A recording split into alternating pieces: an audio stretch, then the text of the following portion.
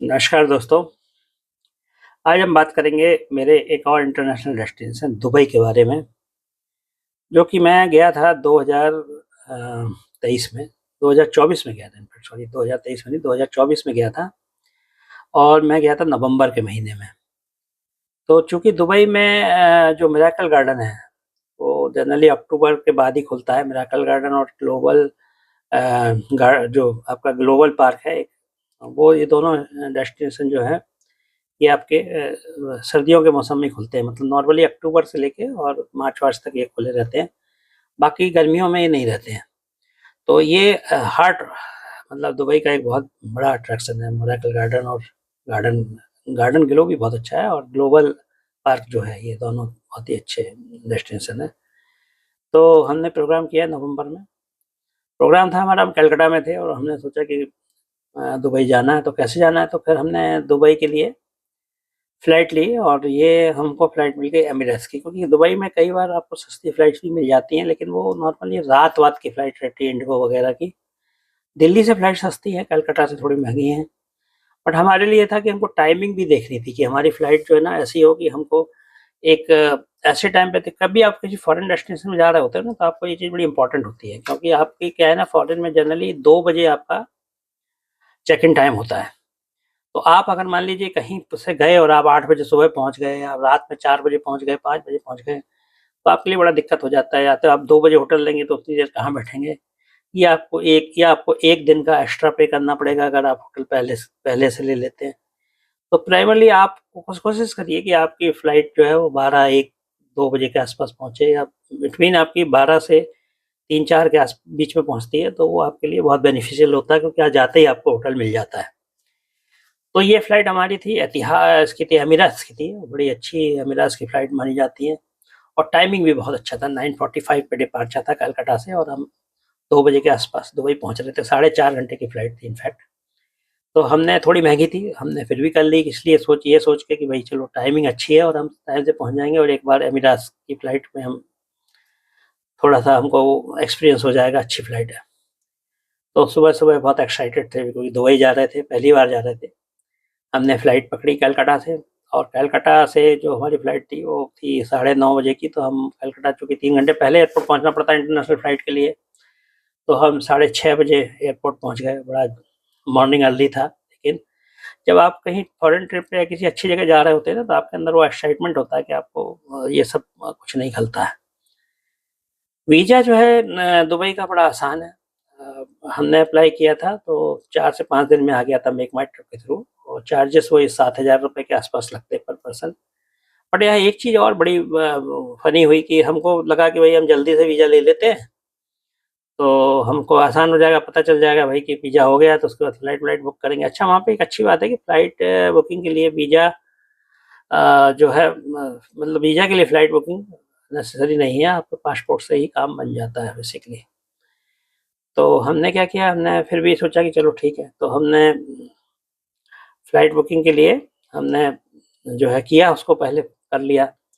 तो फिर वीज़ा भी हमने अप्लाई कर दिया, बहुत पहले कर दिया था, 2 महीने पहले, तो वो प्रोसेस ही नहीं हुआ। पता किया मेक माई ट्रिप से, भई प्रोसेस क्यों नहीं हो रहा? तो उन्होंने कहा कि नहीं, हम तो 1 महीने पहले ही प्रोसेस करते हैं, आप और जल्दी भी कर दोगे तो उससे कोई फ़ायदा नहीं होने वाला, आपका 1 महीने पहले ही प्रोसेस होगा। तो हम वेट करते रहे। 1 महीना जब होने को था, 1 महीना पहले उन्होंने मेक माई ट्रिप पे प्रोसेस किया और 4 से 5 दिन में वीज़ा मेरे ईमेल पे आ गया और मैंने उसको डाउनलोड कर लिया। तुरंत ही डाउनलोड हो जाता है, आप निकाल लीजिए और ये आपके लिए एक सेट हो गया कि अब आपका कन्फर्म है जाना। उसके बाद आपको 1 महीने के अंदर उसमें मतलब ट्रैवल करना होता है, उसकी एक लिमिट दी होती है कि इतने दिन के अंदर आप ट्रैवल कर सकते हो उसमें। तो हमारा वो वीज़ा आ गया, तो हमने कहा अब हम प्लान कर लेते हैं। मेरे ख्याल से 2 महीने का टाइम रहता है ऐसा कुछ, उसमें आप ट्रैवल कर सकते हो। मुझे थोड़ा-सा याद नहीं आ रहा, बट इतना ही कुछ था। जो कि हमारा नवंबर में प्लान था, अक्टूबर में हमारा आ गया था।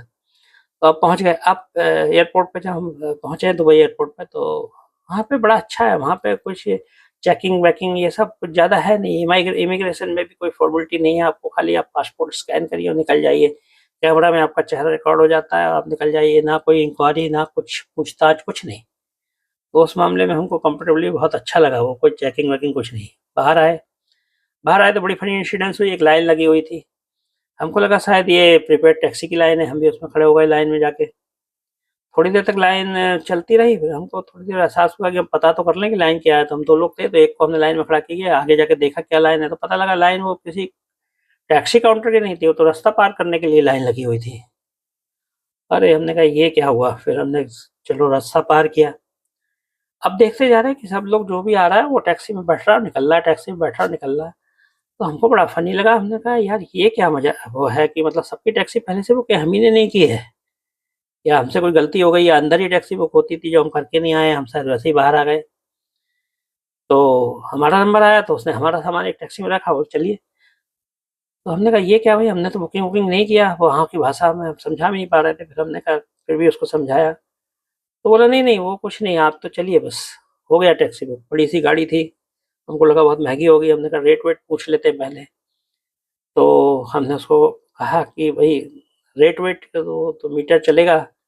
तो हम आपस में बात कर रहे थे, उसने सुन लिया, बोला हाँ, हाँ मीटर चलेगा। बड़ा ब लंबा-चौड़ा आदमी था और एकदम बिल्कुल शेख टाइप का, और उसने बताया 25 दिरहम से शुरुआत होती है और आपका जितना आएगा वो देना। हमको लगा लुट गए, बहुत सारा पैसा लगेगा, बड़ी-सी गाड़ी है सब, तो हमको लग रहा था हमने मर्सिडीज़-वर्सिडीज़ टाइप की, या वो बड़ी-बड़ी गाड़ियाँ होती है ना, फॉर्च्यूनर टाइप की, वो बुक कर ली है। एनीवे गाड़ियाँ बहुत अच्छी थी गाड़ी, उसने हमको पहुँचा दिया सही सलामत होटल। बहुत ज़्यादा नहीं, करीब 53 दिरहम के आस-पास लगा। अगर 1 दिरहम आपको पता हो तो करीब-करीब ₹23 के आस-पास होता है। तो 50 इंटू 20 23 करके कोई 1150 ₹1200 के आस-पास लगा, ठीक है, दैट इज़ रीज़नेबल। वहाँ एक और है ऑप्शन कि अगर आप उससे बुक करते हो गाड़ी रोक के, मतलब जो आती है वहाँ पे, एयरपोर्ट वाली महँगी है बट वैसे नॉर्मल तो वो 5 दिरहम से शुरू हो जाती हैं, तो उसमें दिक्कत नहीं है। होटल हमारा बहुत बढ़िया था, हमने एक थोड़ा रिसर्च किया था उसमें, होटल में आप भी करिए रिसर्च जब भी जाइए। वो उसमें जो है, जो होटल था हमारा रीजेंट पैलेस था आई थिंक, उसमें उसके आस-पास एक बुर्ज मान करके एक स्टेशन था, that is a metro station, और उससे एक रेड लाइन, ग्रीन लाइन सब तरफ की वो एक सेंटर पॉइंट था, मेट्रो जाती थी। तो वो एक बहुत अच्छा था, वो आप ज़रूर कर लीजिए, और उसमें फिर एक कार्ड मेट्रो का बनवा लीजिए, वो बहुत अच्छा है, उससे आपको मेट्रो, ट्राम कहीं भी जाते हैं आप उस कार्ड को यूज़ कर सकते हैं, और ज़्यादातर जगह मेट्रो से इज़िली एक्सेसिबल है। प्लस क्या है कि वहाँ पे कनेक्टिविटी बहुत अच्छी है और फ़ास्ट है, अगर कहीं भी जाना है तो मेट्रो से सबसे जल्दी आप पहुँचते हैं कंफर्टेबल। रोड में क्या है कि रोड्स अच्छी हैं, गाड़ियों की स्पीड बहुत अच्छी है, लेकिन जब रेड बत सिग्नल इतने ज़्यादा है, उन्होंने क्या किया हुआ है कि जो मेट्रो लाइन बीच में बनाई है लंबाई में, उसको क्रॉस करने के लिए ब्रिजेस नहीं बनाए हैं ज़्यादा। तो वो क्या है, जब भी क्रॉस होती है गाड़ियाँ नीचे से भी होती हैं, तो वो रेड सिग्नल पे अटक जाती हैं। आप कितनी भी स्पीड में जाइए, वो रेड सिग्नल आपकी सारी टाइम वेस्ट कर देता है। तो पहुँच गए, पहुँचने के बाद फिर समझ में आया कि चलो भाई ठीक है, होटल बढ़िया मिल गया, स्विमिंग पूल-वूल था बढ़िया, उसमें हमने डीलक्स किया था, उसने एग्ज़ीक्यूटिव सूट दे दिया हमको, हमारे लिए तो बढ़िया, बहुत बढ़िया हो गया। आगे एक उसमें 2 रूम थे, एक तरह से देखा जाए, सोफ़ा वाला अलग था, बेड वाला अलग था। गर्मी लग रहा था दुबई में, बहुत बहुत हो गई, उसकी ऐसी बढ़िया कूलिंग रहती थी कि जब भी आते थे हमको तो तुरंत कपड़े पहन के और कंबल-वम्बल ओढ़ना पड़ता था, इतनी ठंड लगती थी। और हम बंद करके भी जाते थे, और फनी चीज़ ये थी कि वहाँ पे जो सफाई करने वाले आते थे वो उसको चालू कर देते थे एसी को, और दिन भर एसी चलता था। शाम में जब घूम के आते थे तो बिल्कुल ठंडा एकदम रूम मिलता था, चिल्ड। तो गर्मी की प्रॉब्लम नहीं लगी कुछ। ब्रेकफ़ास्ट इतना बढ़िया था, हमको लगा वहाँ पता नहीं क्या होगा, वहाँ तो पूरा इंडियन एकदम ब्रेकफ़ास्ट बढ़िया, ऑमलेट बढ़िया, आपका जो है इडली, डोसा, पाव भाजी, पोहा, सब चीज़ मिल रही थी। मतलब फ़ॉरेन कंट्री में इतना बढ़िया मिलना, तो हमको लगा कि बहुत ही बढ़िया रहा ये तो, ये होटल का selection. That was a very good hotel. और वो बुर्ज जो आपका ये बुर्जुआन रेलवे स्टेशन के पास है, जो आपका अ, जो आपका ये वाला एरिया जो आता है, उसमें पड़ता है। तो उसके बाद फिर घूमने का प्रोग्राम डिसाइड हुआ कि घूमने घूमने का हम पहले से तय करके गए थे। मैं अपना आइटिनरी पूरा बना लेता हूँ, किस दिन क्या घूमना है, क्योंकि ये हमारा खुद का प्रोग्राम था, हमने किसी एजेंसी को हायर नहीं किया था। तो हमने अपना प्रोग्राम खुद ही पूरा किया, क्योंकि मेरा एक्चुअली उसमें ये मानना था कि जैसे मिरेकल गार्डन और वो लोग ग्लोबल विलेज एक ही दिन घुमाते हैं, मेरे को मिरेकल गार्डन में पूरा दिन देना था, और एक साथ वो कवर हो भी नहीं पाता। आप भी जाओगे तो नहीं कर पाओगे, 2 घंटे में मिरेकल गार्डन कवर नहीं होगा, वो इतना बड़ा है, उसको घूमने के लिए अगर आप अच्छे से घूमोगे तो 7 से 8 घंटा चाहिए। तो वो कोई करता नहीं है। इसी तरह ग्लोबल विलेज भी इतना बड़ा है कि उसके लिए आपको 5 से 6 घंटा चाहिए, तो आप कंबाइन करके नहीं कर सकते। हमने अलग-अलग दिन पे रखा था, हमने अपना प्रोग्राम उसी हिसाब से रखा था, क्या गर्मी का है, क्या अंदर, इस तरह से। तो पहले दिन हमारा प्रोग्राम था, दूसरे दिन पहले दिन पहुँचे, दूसरे उस दिन शाम में तो थोड़ा-सा ऐसे ही घूमे, बस एक बस किया हायर, वो हॉप इन हॉप आउट वाला होता है, लेकिन वो नाइट टूर कराता है, तो उसने 3 घंटे हमको पूरा दुबई के आउटस्कर्ट में सारा घुमाया, दुबई के शहर दिखाया, पूरा शहर हमने घूमा उसमें। वो नॉर्मली जो है आपका दुबई मॉल के बाहर से ही मिल जाती है। और उसमें फ़नी इंसिडेंस क्या हुआ कि उसमें ऊपर बैठे थे हम और हमको नींद आ रही थी, वो हम बहुत थके हुए थे, सुबह जल्दी उठे थे। तो हम आधा देख रहे थे, आधा सो रहे थे। और उसके बाद जो है हम उसको देखने में 3 घंटे में पता नहीं बीच में कितना सोए हैं, that we can't know. But ऐसे सोते-सोते देखी हमने, तो थोड़ी-सी थकान में देखने से उतना मज़ा नहीं आया। अच्छा है कि अगर फ्रेश मूड से देखा जाए, पर हमारे पास टाइम थोड़ा लिमिटेड था। दूसरे दिन मिरेकल गार्डन घूमा, वो बहुत अच्छा था, मतलब इतना अच्छा था, हमने सुबह से शाम तक घूमते रहे और उसके फ़ोटोग्राफ्स बहुत सारे लिए। बहुत ही बढ़िया गार्डन बनाया उन्होंने, आई थिंक वर्ल्ड का one of the best garden इसको आप कह सकते हैं, वो है। इतने अच्छे तरीके से फ्लावर्स लगाए हैं और इतने सारे लगाए हैं और इतने सारे फ्लावर्स से उन्होंने चीज़ें बनाई हैं कि आप कि जो भी जाएगा वो कहेगा कि ये अद्भुत है। आप कभी भी उसका मेरे भी चैनल पे आप देख सकते हो, मिरेकल गार्डन का वीडियो है और इट्स वर्थ वेरी गुड। उसको हमने रात में भी देखा, दिन में भी देखा, तो पूरा दिन हमने उसको दिया। और फिर उसके बाद हमारा प्रोग्राम था अगले दिन सुबह में, हमने एक वो किया था, क्या नाम है, वहाँ पे एक दुबई फ्रेम है, वहाँ पे गए थे। दुबई फ्रेम अच्छा है, एक आर्किटेक्ट है, उसमें ऊपर जाते हैं लिफ्ट से और फिर ऊपर से वो ग्लास का नीचे उसमें ग्लास बॉटम है, तो आप ऊपर से जब चलते हो ग्लास पे तो काफ़ी अच्छा दिखता है।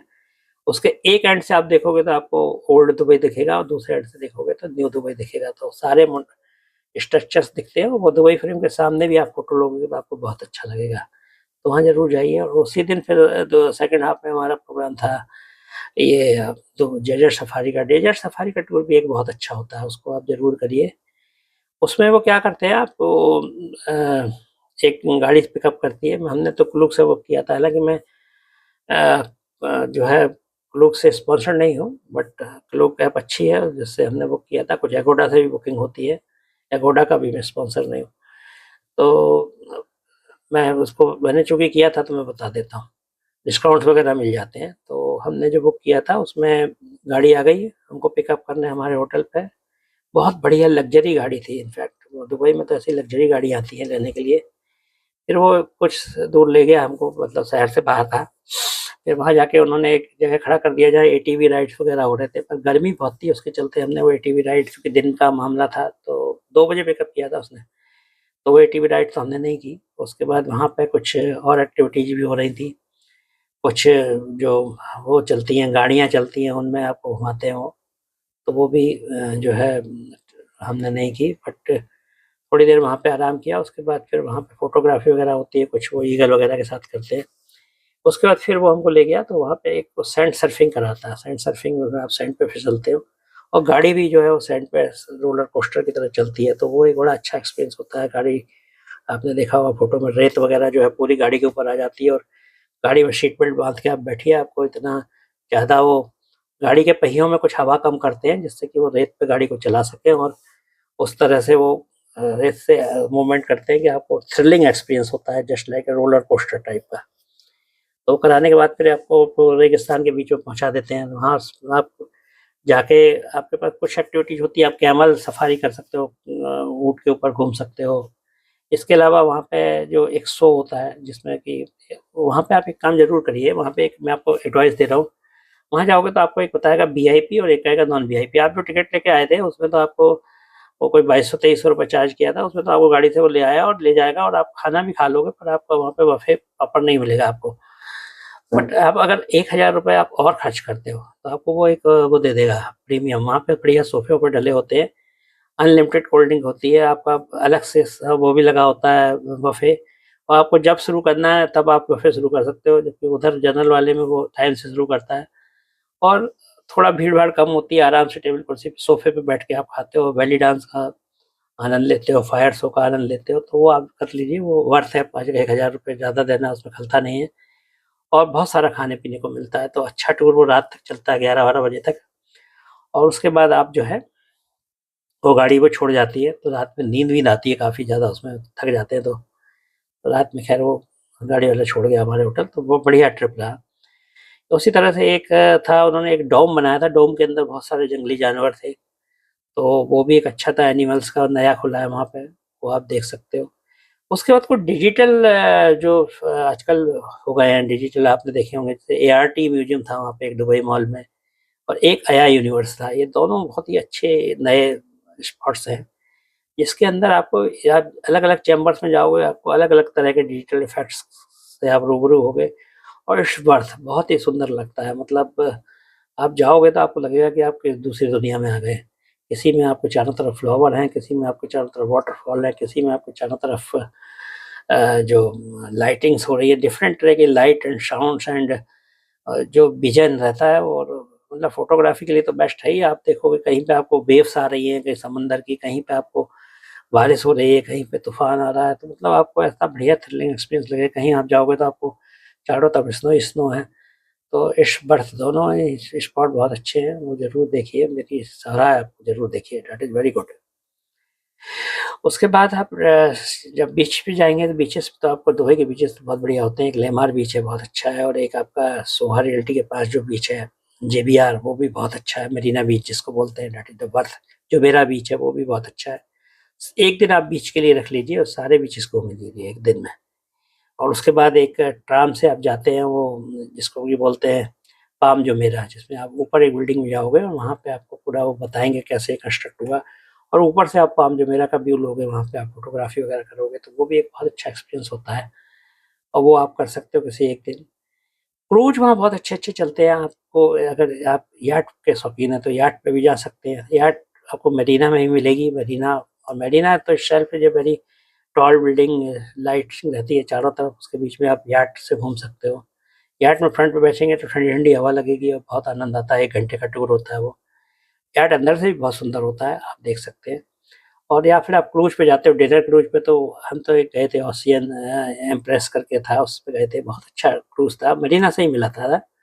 मदीना से वो क्रूज़ कर सकते हो, उसमें 2-3 घंटे वो आपको घुमाता है, डांस वांस के परफॉर्मेंस होते हैं, प्लस आपको बुफे खाना होता है, वेलकम ड्रिंक वगैरह होता है, तो वो एक अच्छा एक्सपीरियंस है जो कि ज़रूर करिए।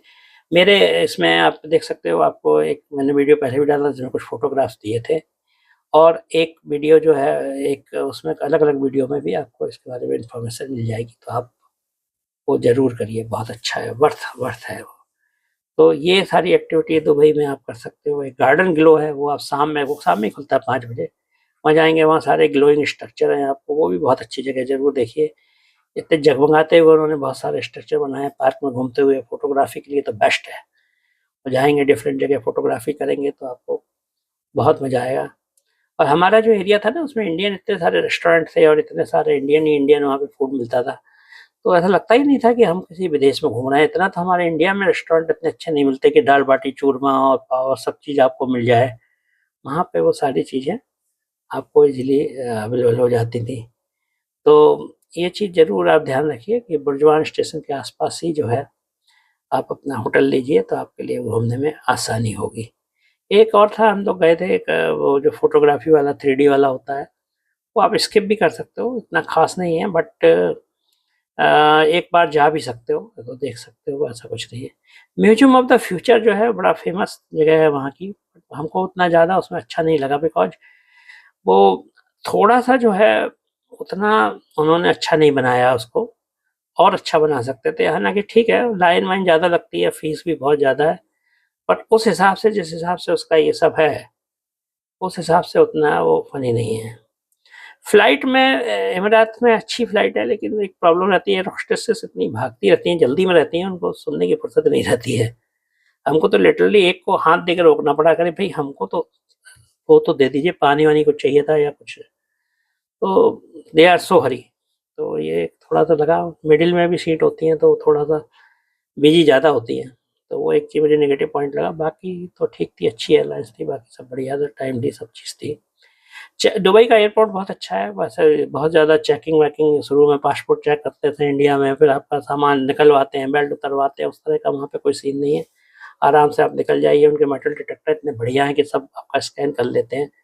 तो उस फ्रंट पे दुबई बहुत एडवांस है, और आपको उस तरह की कोई प्रॉब्लम्स वहाँ पे नहीं आएँगी, तो ये प्लस पॉइंट है दुबई में।